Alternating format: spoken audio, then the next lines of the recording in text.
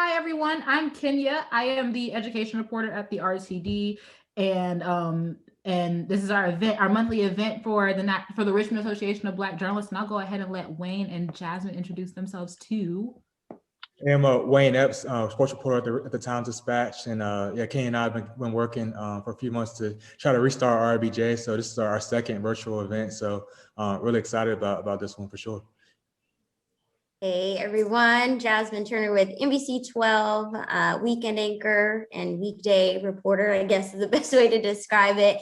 And I'm excited to get back involved with RABJ. I was, getting pretty involved back when I first came to Richmond again, because I'm a native, but came home in 2016. And I am super, super passionate about the mind, body, soul wellness journey that is our life. And so I reached out to Wayne and Kenya and said, hey, let's try to organize something because journalists are going through it right now. We've always been going through it, but we're really going through it, especially journalists of color. So hopefully we can hear and have an opportunity to just connect and ask questions of some people who are out here doing the work. And we'll let our panelists introduce themselves as well. I know we have one that's going to be joining us a little late, and we'll take a moment to introduce her. But Tangee or Shawnrell, y'all can go. Okay. Yes, my name is Tangee Augustin. I'm a licensed clinical social worker, co-owner of Avail Outpatient Counseling, a mind-body practice. And I am Shawnrell Blackwell. I am co-owner of Avail Outpatient Counseling, and I am a life coach and holistic health coach. All right, well, let's go ahead and get started. I know Wayne was going to start with his question. So Wayne, why don't you go ahead? Yeah, for sure. Well, I guess I don't want to miss. I know Jasmine was going to talk a little bit about. My apologies. I'm messed up on the format. So sorry.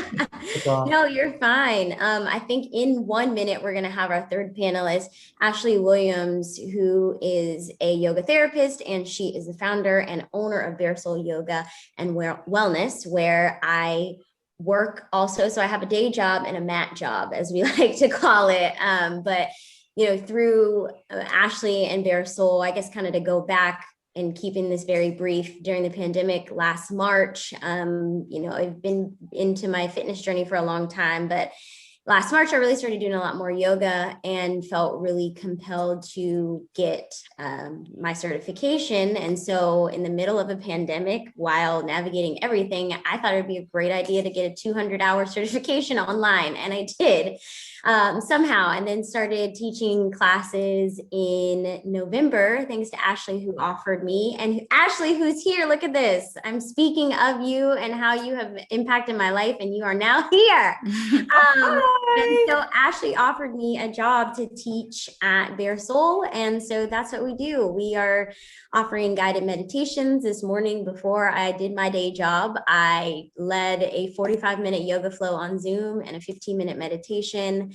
And it's just been really important for me in this work to have something outside of it to really help me navigate from a mental health and a spiritual standpoint. And so I was hoping to find all of you, because social media is a beautiful thing. And so that's how I found Tangee and Shawnrell, through social media, and realizing that they have a really holistic approach, and thought that these three people could offer so much to us as journalists, and we could just ask questions in a space where we don't have to DM someone. You're right here. So I'm glad to be here, and I'm glad to have you all here. Thank you for having us.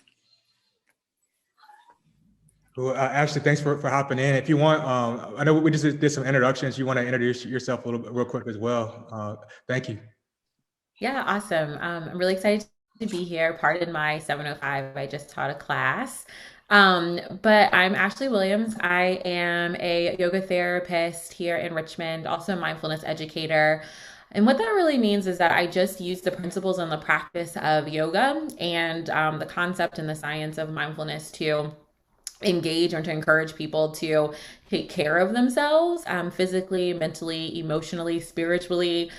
We all know that all of those things then affect our social mental health, mental well-being, or our financial well-being, but understanding that like once we get to know ourselves, then it ripples into our world. And so I'm also the founder and owner of a small business and organization called BareSOUL Yoga, and a program called Mindful on Life, which I tend to show up in schools and government agencies, institutions. But really, I just like to get to know people, and that's kind of like my thing. So I'm excited to be here, and I'm excited that Jasmine invited me. You go inside of schools. Well, my boss is here, so I'm sure she would love to know that. Like, I'm sure she would love it if we connected since I'm the education reporter and like kids are so important. So, yeah, we should totally connect after this. I would love that. Sure. Well, Kay and I had some questions. We'll kind of just alternate. Like I said, we had a handful of questions, and then we can open up to the attendees to any questions that they had as well. And should be able to maybe wrap up within 45 minutes or so. So I'll go ahead and start. My first question that I had for the panelists was what's a good entry point to the mental health and wellness space for someone who's new to it?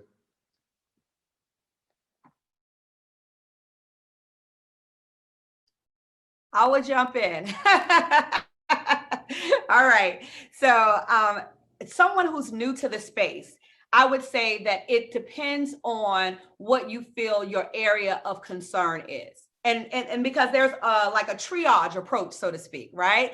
And so some of us just need an accountability partner. So as I was saying on the line before, it may not be your traditional therapy. It may be more of life coaching or something of that nature, or more of spiritual wellness, right? Then some of us may suffer or may think that we have something a little bit deeper, like a mental health disorder. And if that is the case, if you are insured, then you may want to start with your insurance provider first to find someone that's in the network. So that will be a first place to start. Those of you who may be employed, you want to start with your employee assistance program at work through your job, because sometimes they can offer free sessions and counseling sessions. Now, I'll get this question asked a lot. Will my job know I'm seeking mental health? No. The employee assistance program number that your job or your employer provide, it's a number to an outside vendor or contractor, you all. HIPAA does not allow them to know anything about personal, so don't worry about that. Also, too, some of us like to look into our religious faith, right? And look at, our religious faith for particular counseling. So it's different places, and I will open the floor up to anybody else that's on a panel, but those are your three ways to kind of like start navigating. And then referral by talking to someone that you know and that you trust. Maybe there is a referral that they can offer you. Yeah, I'll just add to that too. One of the points that we were talking about before starting was just kind of acknowledging what you actually need. Whether it's, like you said, coaching, or whether it's psychotherapy, just kind of touching base and tuning inward to kind of connect with what is it that I'm experiencing? What does this mean for me? And I think Dr. B said it earlier, psychotherapy tends to have more of a focus on the past and moving forward, healing from the past, where focus in coaching is more on getting you where you wish to be next, focus on future goals. And so I think the first point is acknowledging, what is it that I need? What am I searching for? And then what type of therapy or approach am I also seeking? Like we said before, Avail offers holistic therapy. We look at the whole person, integrating spiritual, physical, mental, and emotional forms. And so if that's something that you're seeking, then you can start navigating that area, because we have different pockets and different providers offering different methods, approaches, and whatnot. And so just kind of navigating again and tuning inward to say, what is it that I'm looking for? What is it that I'm seeking? And then that will kind of jumpstart the direction that you want to go in. Dr. B made a good point. You can start with insurance. You can also start with your physician. Some of the time we have to rule out too, is this something physical or is it an emotional health concern? And physicians typically can then navigate that individual to a specialist, a provider, psychologist, a therapist, a yoga therapist, depending on what's actually going on. So I think in terms of entering into this space of mental wellness is just really first figuring out what is it that that individual needs. And I will speak to, Tangee mentioned a good point, just kind of like asking, what do I need? I think about my first entry point to wellness for like what radical self care really means to me, which is like getting to the root of the thing.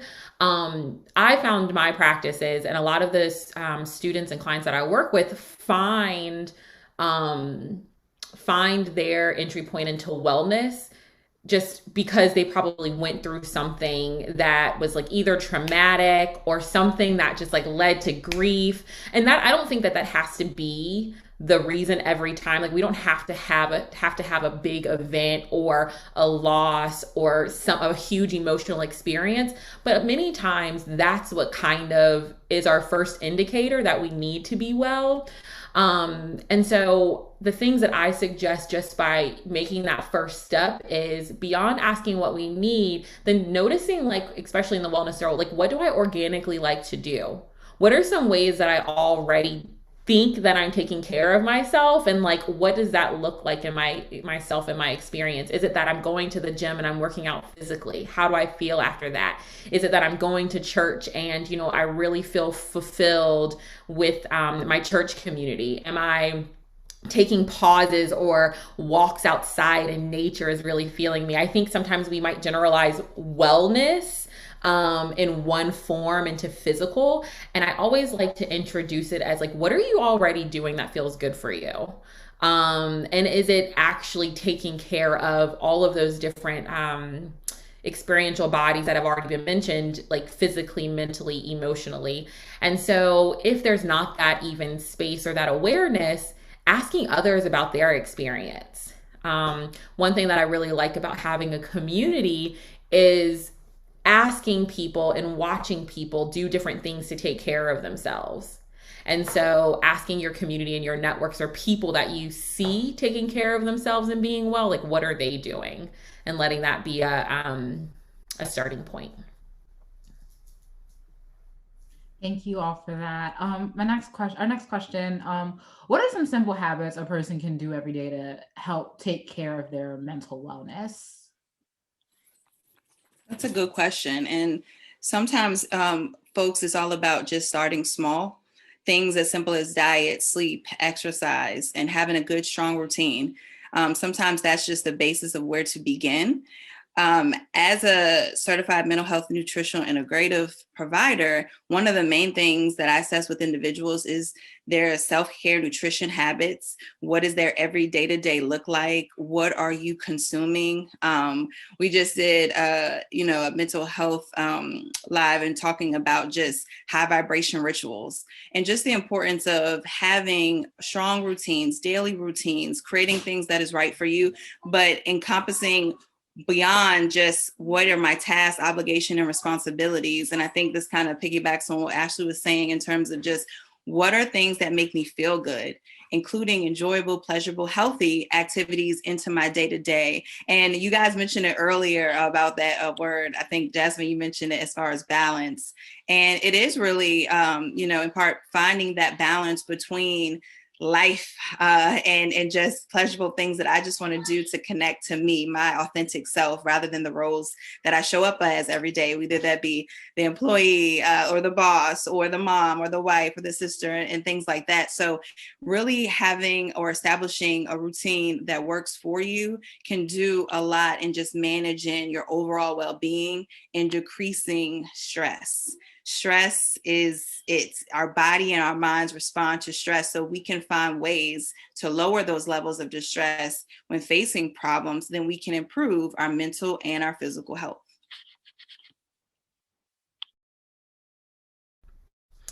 I'm going to introduce just the idea of checking our mindset. And sometimes we might actually think of those. I mean, a very common term is like mindful moments. And so the definition in which I land on when it comes to mindfulness is it's really just arriving to our moment and noticing what is coming up for us. It's paying attention to our thoughts. It's paying attention to our mood. It's paying attention to our emotions. It's paying attention to our physical body sensations, our environment. And so we know that the mind can chatter, and we know that we play a lot of different roles that completely can overwhelm our mind. And so we actually have the ability to manage what's happening in our mind in a way that's a bit more healthy. So I just encourage mindful check-ins. And so that can look like a moment to engage your senses. It can be a moment to check in and say, like, what am I thinking about right now? It's not that we want to always shift the thought. It's just bringing awareness to the thought that's there. So like right now, as I'm talking, like with if my mind goes to like, oh my gosh, I'm so hungry, right? It's just like, oh, I'm thinking about food. Let me come back to the words that are coming out of my mouth right now. And so sometimes we think that checking in takes a lot of time, but I encourage mindful check-ins anywhere from 30 seconds to carving out 10 minutes and adding them into the routines and the rituals that Tangee's mentioned. But during those times, maybe doing something more formally, like drawing awareness to the five senses, drawing awareness to the breath, drawing awareness to one focal point, and then giving yourself an opportunity to scan and ask, how am I experiencing this? And so that's how we practice integrating it into our informal chores, our informal relationships and interactions, but practicing those formally. So we know what it feels like to be aware and present in our interactions and really with ourselves. I want to give a really simple strategy, and it's this: get a pen and a paper and write down everything that you love to do, that makes you you, that makes you smile. And then look at that paper and determine from that list, how often do you do that? That was eye-opening exercise that I did for myself and also with clients. And it's just simply like, we are, in this rat race, our wheels are turning. We're not being present. As Ashley and Tangee said, we need to practice mindfulness and have those mindful moments. However, how do we jumpstart that practically? Where do I go? Where do I navigate? Get back to self. That's it. Self-care. The first word in self-care is what? Self, right? So get back to self. So that's one simple strategy that I say. And then from there, once you look at that list and see how often you do it, when you quantify it, how often do I do this weekly, daily? For me, it was writing poetry.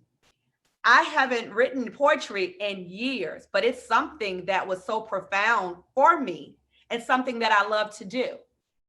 I asked myself, why am I not doing this anymore? It makes me happy. It fills me up. It helps me express my thoughts. It's part of myself. It's part of my self-care.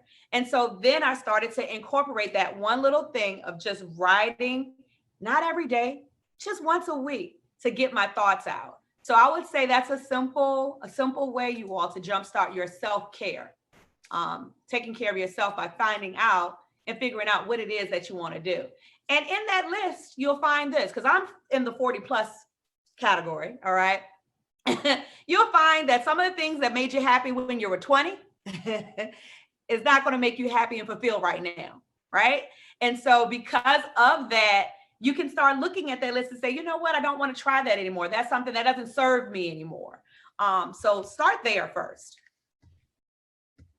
Thank you for that. That kind of things kind of flow right into my next question. How can a better balance of mental health and wellness and job and career be beneficial to the career, be beneficial to the work when you take that sort of self-time away from it?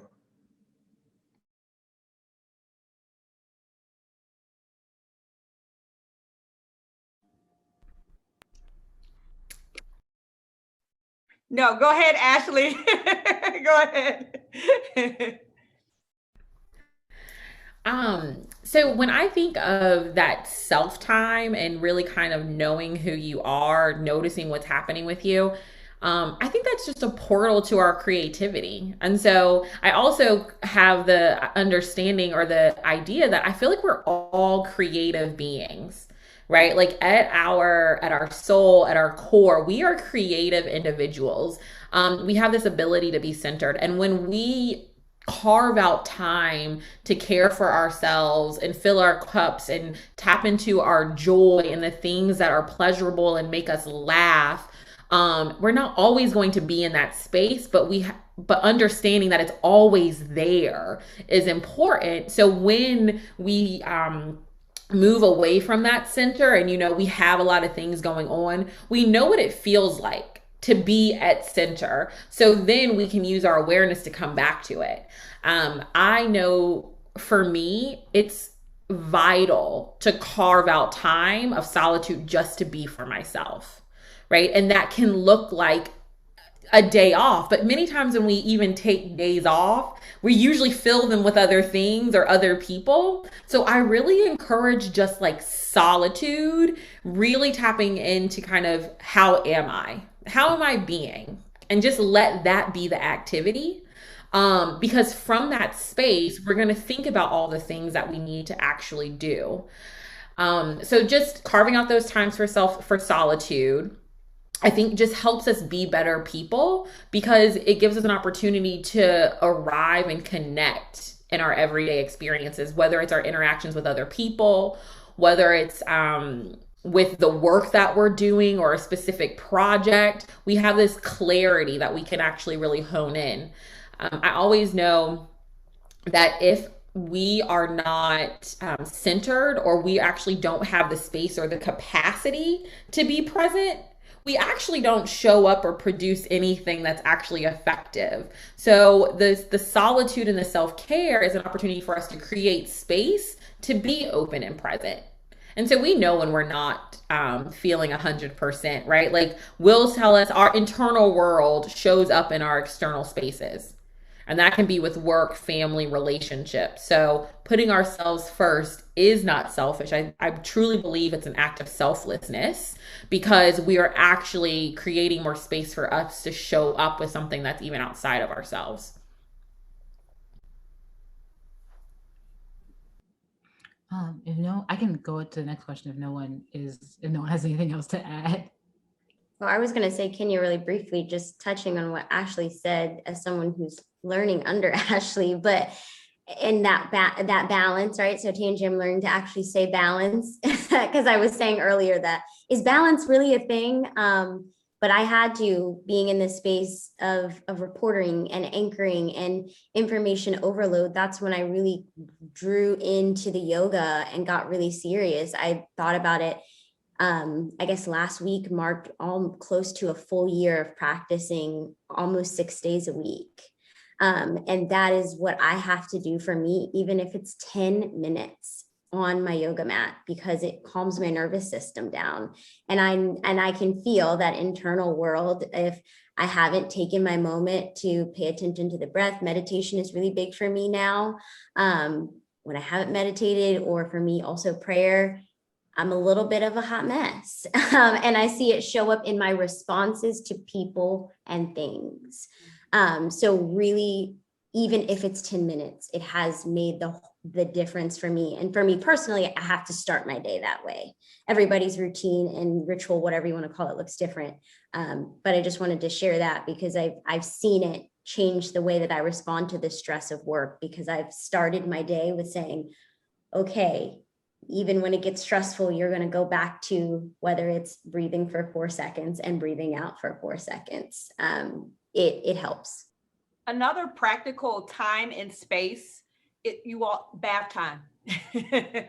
Your morning shower or your bath time, for the most part, I think we're all doing that alone, right?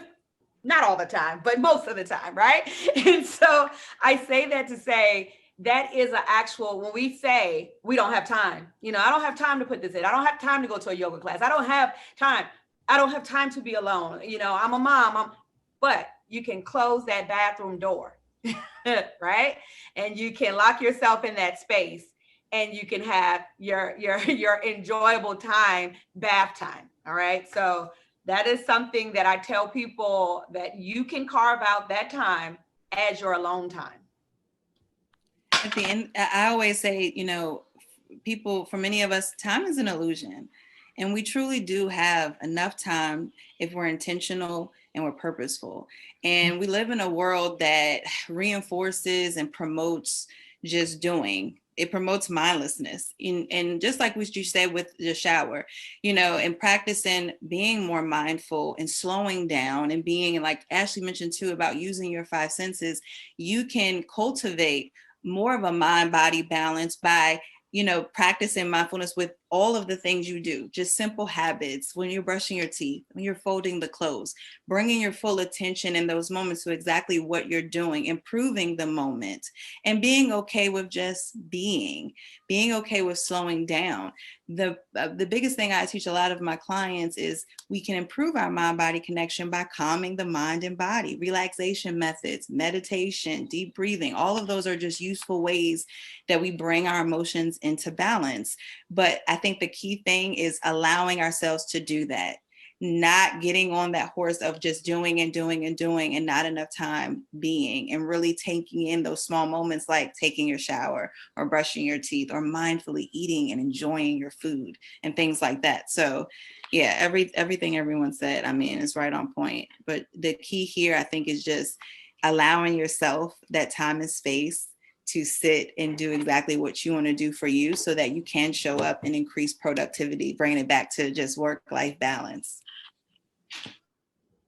That kind of brings me into my next question, which someone actually texted me this question, which I think is a good one, because I think I find myself, you know, having good habits, good self-care habits for like a little while. And then, right, you know how it's like, is it 3 weeks or 30 days to form a habit? I feel like I always find myself like right before that 30-day or 3-week mark, it just all like falls to crap. Like especially as a journalist, because, I to have self-care for me, I find that I need a routine, but then some days just, are unpredictable, especially in the education reporter world where everything with schools is changing. So how can journalists whose jobs revolve around the clock of life, how can we sustain those good self-care habits? Like, how can we make them sustainable? Self-care, part of self-care is permission and forgiveness. It's okay to forgive yourself for eating that chip versus you were going to eat that apple. It's okay. Self-forgiveness. And so I would say definitely give yourself permission, but also give yourself forgiveness. Right. And so we're not perfect. That's the answer to that. We're not perfect. And so when you are, fall off the horse in regards to not meeting your goal or didn't meet that 30-day mark to make it a habit, forgive yourself. It's okay. And understand that all you do is need one step. That's it. Take the next step and just move forward. It sounds simple, but really that's the reality. We're not robots. We're not machines. We are going to have moments of weakness, but we must learn to forgive ourselves.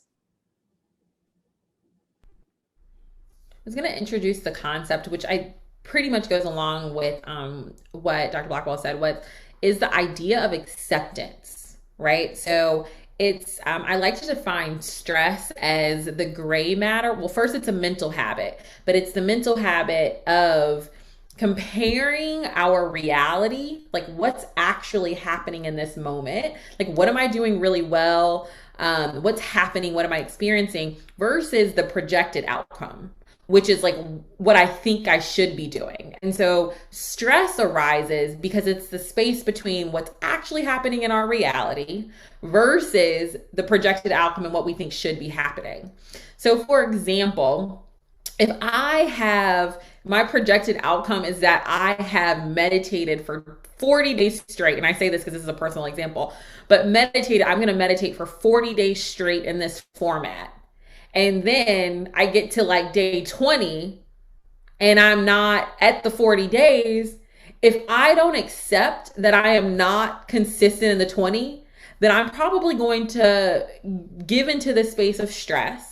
Stress is experienced as a sense of overwhelm and pressure and tension in our body, but we choose if we are going to be stressed. Like we actually have the power to determine many times how we are going to address what's happening in our world. And so I bring that up because if you can invite in this idea of acceptance of what's happening in reality, there's this sense of resilience in that to say, like, we bypass the stress, or we know how to manage the stress, and we give ourselves an opportunity to get into a space of clarity.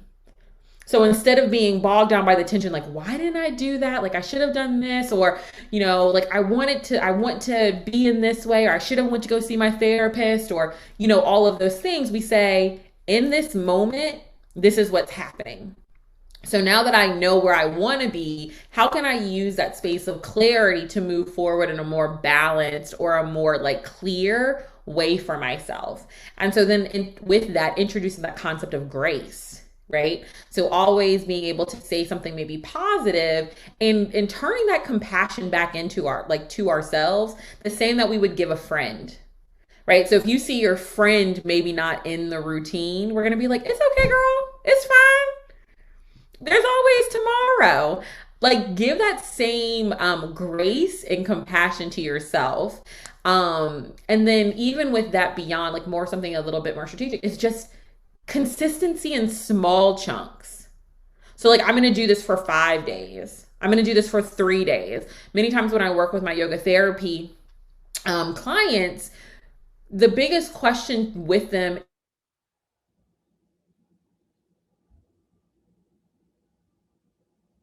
doesn't necessarily have space to do 40 days of meditation. I'm going to ask you how much time you do need. And we're going to do something like 5 days or 4 days, but finding a way that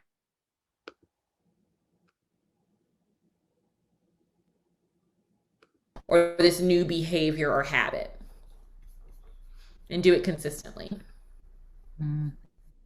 That makes me think too, to just piggyback on what Ashley's saying, is just that you can show up without perfection. And I found that a lot of individuals, they present with that sense of perfectionism, that belief that everything must be perfect all the time. And alternatively, it's really about just striving to do your best as journalists, as whomever, but you set challenging but achievable goals, not setting the bar too high, and also setting boundaries and limits, so that although this might be work that is essentially around the clock, there still has to be a limit. There still has to be a boundary. There still has to be a hard stop to when you can, pour back into your cup, recharge, refuel, so that you can show up again and be the best journalist or whatnot. You know what I mean? So just being mindful that when we are presenting or showing up with those perfectionistic tendencies, that oftentimes can lead to more stress. And then you're not doing your best, or you're achieving those goals that you want to on a daily basis. So just digging deeper and finding that perfectionism doesn't have to be how you show up every day. You can show up and have achievable goals, setting boundaries and limits with home life, with work life, and then just connecting to yourself, being in a space that you return to self so you can recharge, restore, and go back at it the next day. Thank you. We kind of hit that half an hour mark, so I want to open it up right now too to see if any attendees had any questions before we jump back into some more questions that Ken and I had. If any attendees had anything they want to answer, definitely want to open it up for this opportunity for that too.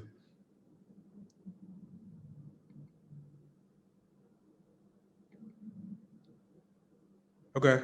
If not, I'll go ahead and continue with my next question as well. I was wondering, what are the biggest misconceptions you've heard about the mental health and wellness space, and what would be your kind of rebuttals to that if you had to make one?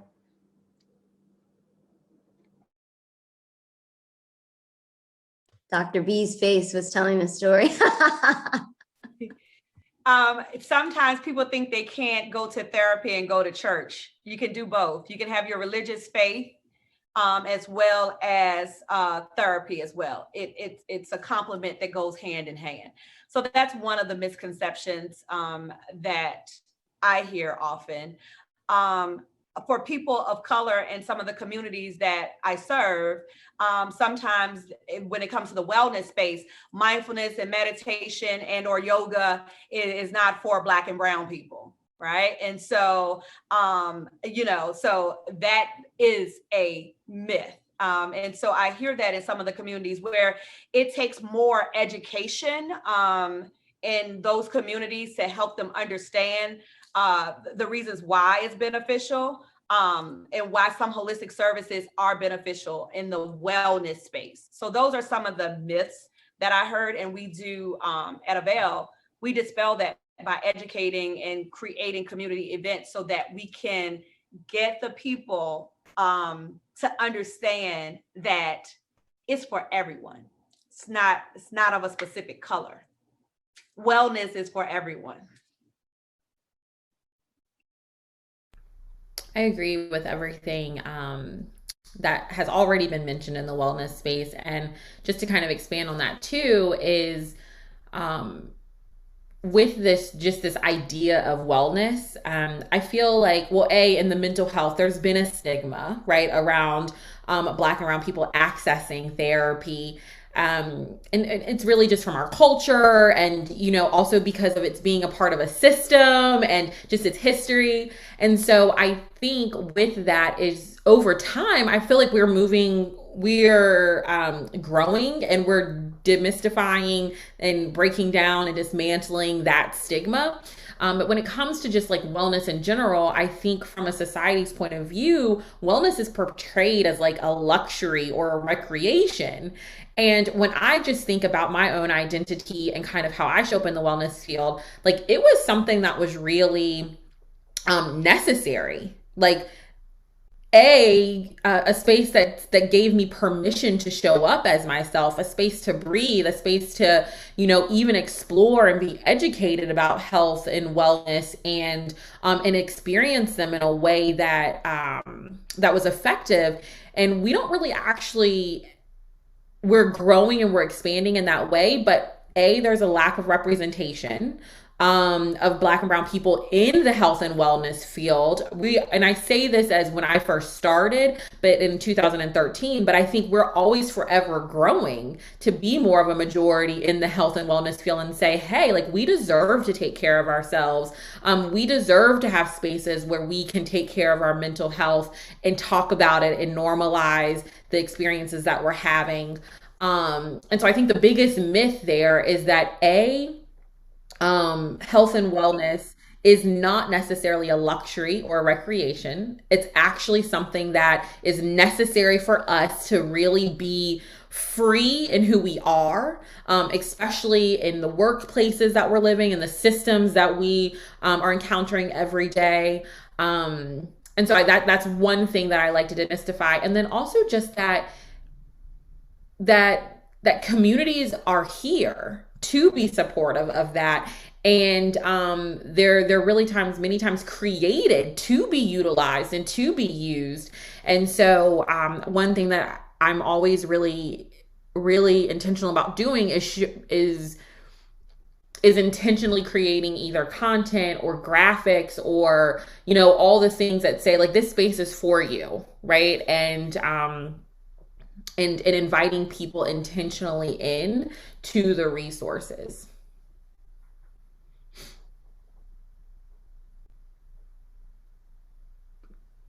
Well, thank you. I think our next question is, I'm wondering, as far as journalists go, I know at RTD, we've been talking a lot about trauma. We just had a really cool training with the DART Center. But one question that kind of was inspired from that is, how can like editors and managers support their reporters, I guess, mental health needs? Like, I know they're not therapists at the end of the day. And I mean, well, I don't know if any of Jasmine, I know you're in the space. I don't know if any of my managers are in the space or not, but how can managers support journalists on their wellness journey and their mental health needs? Well, I would say one thing is that corporate health and wellness programs should be a part of every organization by now, and that will help support mental health as well as overall wellness. And just as you said, when you went to a training, having those different health and wellness trainings, typically that is generated by maybe the human resource department, hence the word, the human, nature, the human part of that service.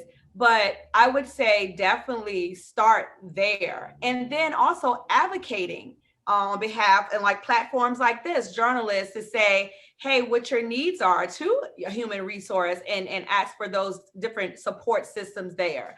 I would say start with your human resource department.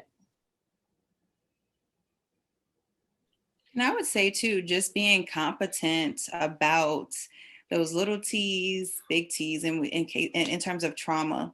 A lot of times people don't realize that indirectly we are all affected by traumatic events. And when I think of journalists and recognize that you guys show up as writing for newspapers and magazines and, you know, broadcasting things that are happening, a lot of those things that are happening are traumatic in some instances. And just from hearing stories repeatedly, writing stories repeatedly, indirectly, you too are affected. And so anyone that is your leader in those spaces, being competent enough to check in with you all or process some of the stories that you may write or share. I know there's different levels in terms of what you guys produce, but like right now, there's so many environmental factors, psychosocial things that are stressing everyone out in this moment.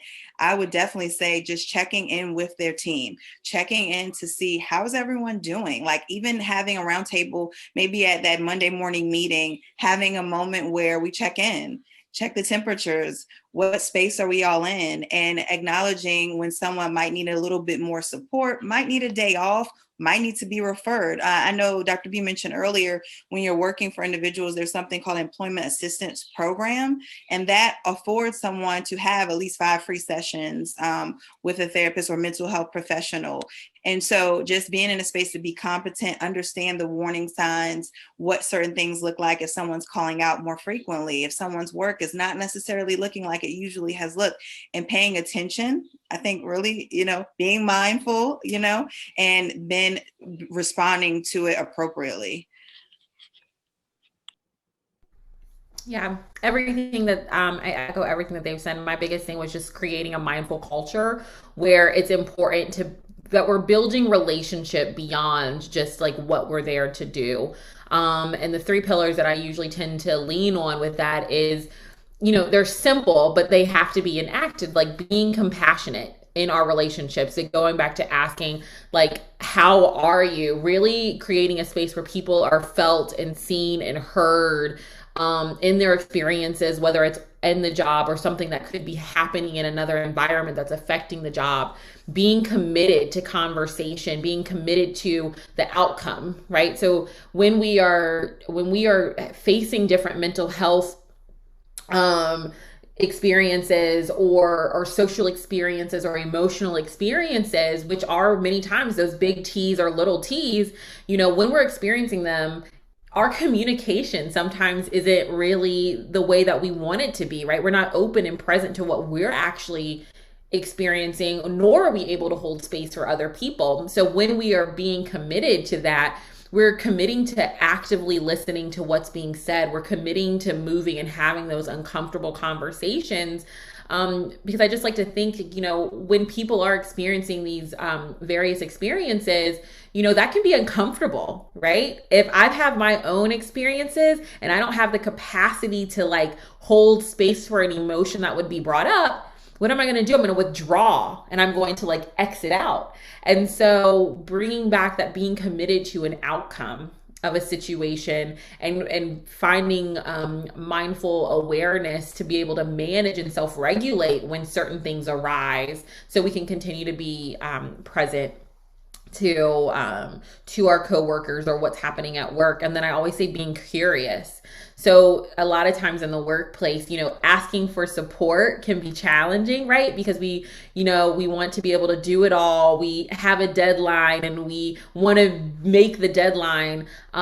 So being able to be curious in our relationships or in our experiences and saying, each experience is a new experience. So rather than pulling for something that happened in the workplace or in an experience with a coworker or whatever we're doing, we come into each moment with a beginner's mind, right? And so that's how we might be able to change and create a more mindful culture that's compassionate and committed and curious. And then the last thing, when it comes to mindful culture, I like to bring that just to the 6 principles of, a trauma informed or a trauma responsive space, like creating a space where peer support is at the forefront, where there's empowered voice and choice, where there's an opportunity and resources that help people feel safe and supported, but really kind of making a trauma informed environment either very specifically and naming it, or just implementing activities and resources and supports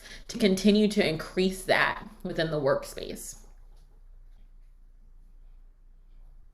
Thank you. And I want to kind of wrap up, if I could, about maybe looking at the future. And my last question maybe kind of ties into my previous question, sort of maybe knocking down these misconceptions. But how do you continue to see the mental health and wellness space continue to evolve, maybe both nationally and within Richmond itself, as maybe some of these things become more normalized for more people?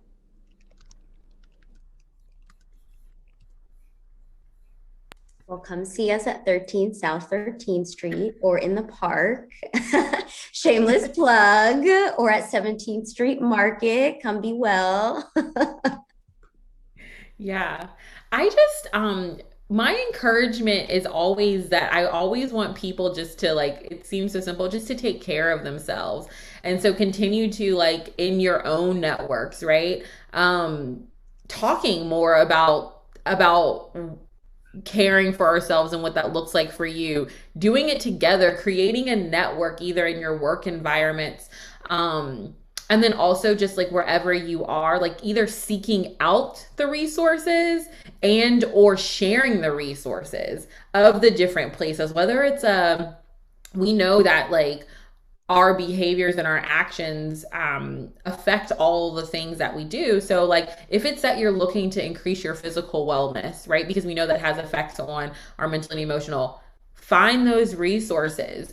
I would also say seek out like Black owned resources, because I think one of the barriers for even seeking out resources is that we might go into spaces that actually don't feel inclusive, or we go in there. And so, one thing that I always hear is that when people come to practice or into the community to learn yoga and mindfulness and wellness, or yoga and mindfulness and, different meditation practices, they'll say, I went to this space because I felt like it was something that I wanted to try, but I didn't feel welcome, so I never did it again.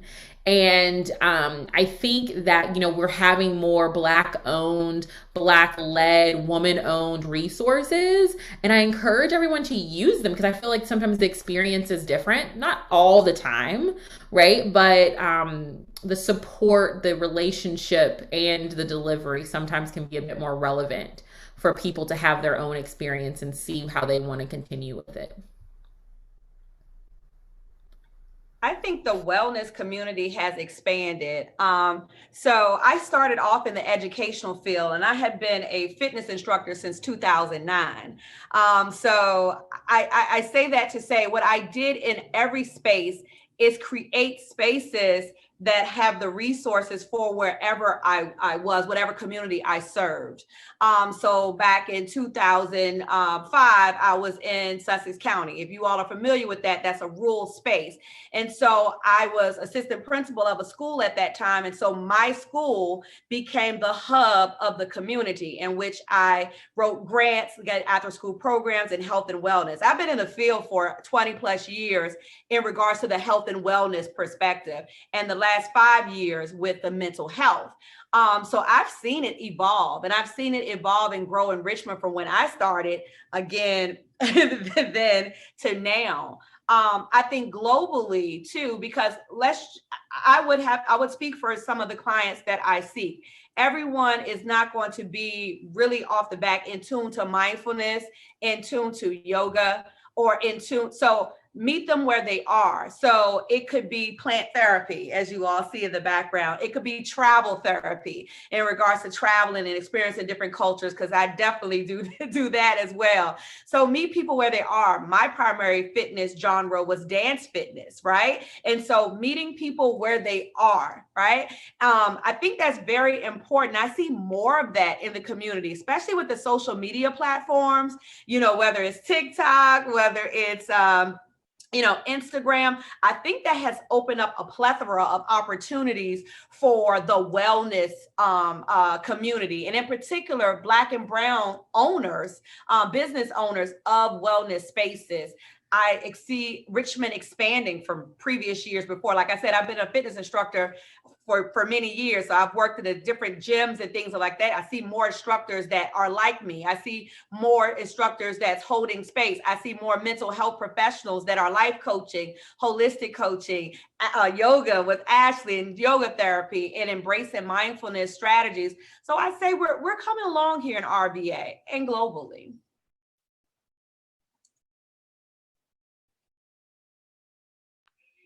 I was going to just add to that too. I definitely see the space continuing to evolve as we continue to build community.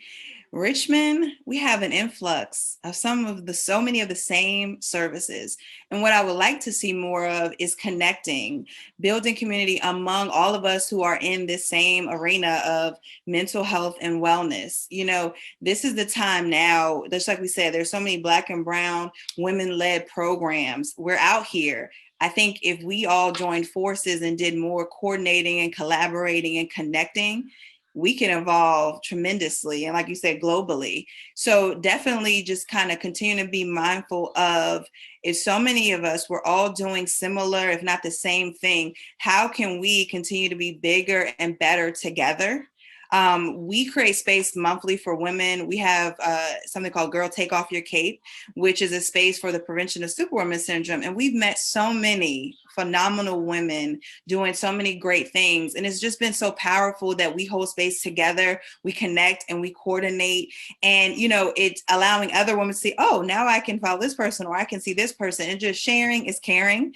Obviously we talked about it earlier, Avail's booked in terms of therapy. And so connecting with other therapists and clinicians and being able to refer to them, that's the work. That's how we continue to evolve. When we're connecting with each other, we knowing who each other is. I am in some awesome groups on Facebook, Clinicians of Color, Therapists in Private Practice, and that's what we do. We share.